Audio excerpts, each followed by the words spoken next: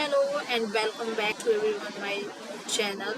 Today I would like to tell you some specific things or specific character of any kind of play. So that is different types of character. Protagonist. Protagonist क्या होता है? As we have seen many TV serials, dramas, movies. So हम क्या देखते हैं वहाँ पे? एक तो प्रोटोगोनिस्ट होता है, एक एंटागोनिस्ट होता है, एक सपोर्टिंग कैरेक्टर होता है। प्रोटोगोनिस्ट कौन होते हैं? जो हीरो या हीरोइन होती है स्टोरी की। एंड जो protagonist could be dynamic character change as per struggle और static characters.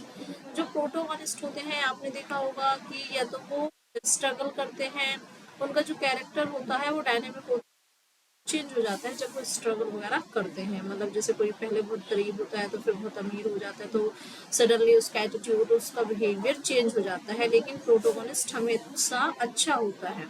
And static character भी हो सकता है, सेम रहता है, कोई जेन्युइन रहता है, चेंज ही नहीं होता। नेक्स्ट है हमारा एंटोगोनिस्ट। एंटोगोनिस्ट कौन होता है?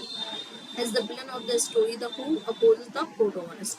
और जो एंटोगोनिस्ट होता है वो विलन होता है स्टोरी का, और हमेशा वो ये सोचता है कि किसी ना किसी तरीके से कोई भी कॉन्स्पिरेशन करके मुझे प्रोटोगोनिस्ट को नीचे गिराना है और अपने आप को ऊंचा उठाना है। तो चलिए इसके बारे में और भी इंफॉर्मेशन देखते हैं। Sometimes the circumstances can be the villain of the story. और क्या होता है कि समटाइम ना वो बुरा होता नहीं, हालात उसको बुरा बना देते हैं। तो विलन ऑलवेज बुरे नहीं होते हैं, समटाइम ये अच्छे भी हो सकते हैं। नेक्स्ट है हमारा supporting character.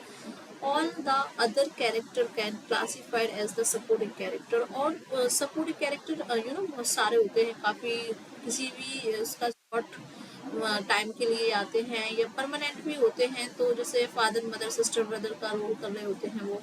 And these character can be flat और राउंड वंस इन एपिसोड। मतलब मैंने बोला ना जैसे कि ये कैरेक्टर कुछ टाइम के लिए भी होते हैं और या तो फिर लंबे ही चलते हैं। तो the right character is the one that takes us to the extreme of human emotion. और जो राइट कैरेक्टर होते हैं वो है ना ह्यूमन्स इमोशंस के भाव को बढ़ाते हैं, एक्सट्रीम करते हैं, और उनका कैरेक्टर काफ़ी अच्छा होता है। नेक्स्ट है कि avoiding creating a character that are larger than life. और इनके कहने का मतलब जब भी हम कैरेक्टर लेते हैं, सपोर्टिंग कैरेक्टर लेते हैं, तो हमें कभी भी उन्हें लार्जर नहीं करना चाहिए कि पीढ़ी दर पीढ़ी वही कैरेक्टर दिखाया जा रहा है, तो जो है ना ऑडियंस को बोर करता है।